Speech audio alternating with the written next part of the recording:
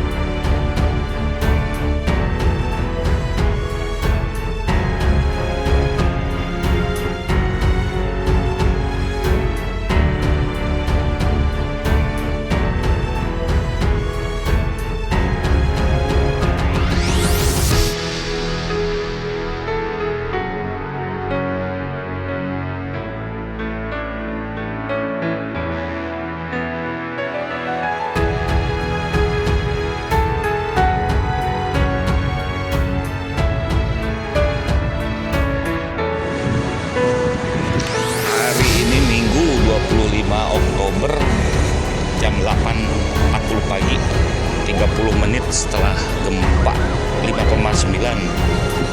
Alhamdulillah pengunjung masih banyak. Pengunjung masih banyak dan tidak ada tsunami di Pangandaran. Alhamdulillah lancar saja. Masih banyak wisatawan yang berenang.